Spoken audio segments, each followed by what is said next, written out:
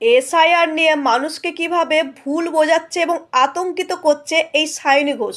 শুধু কি তাই, মুসলিমদের মধ্যে ভাগাভাগি করছে, বলছে আইএসএফ হাটাও ভাঙড় বাঁচাও। শুনে নিন বক্তব্য। আইএসএফ হটাও বলবেন ভাঙড় বাঁচাও। আইএসএফ হটাও, আইএসএফ হটাও। এবং আপনাদের একটা কথা বলছি, এসআইআর এর নাম করে পশ্চিমবঙ্গে বিজেপির সরকার বেছে বেছে আমার মুসলমান ভাই বোনেদেরকে টার্গেট করছে। তারা নিজেরা নিজেদের মুখে বলে মুসলমান মুক্ত ভারত। কাজে এদের প্রতারণায় পা দেবেন না। নিজের ভোটাধিকার নিজেকে বুঝে নিতে হবে।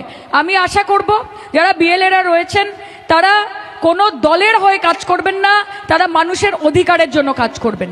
এবং যদি অনৈতিকভাবে একজনও ঠিক ভোটার, জেনুইন ভোটার, লয়াল ভোটারের নাম বাদ যায়, তাহলে বৃহত্তর আন্দোলনের পথে তৃণমূল কংগ্রেস হাঁটবে এবং আপনারা আমাদের সঙ্গে থাকবেন তো।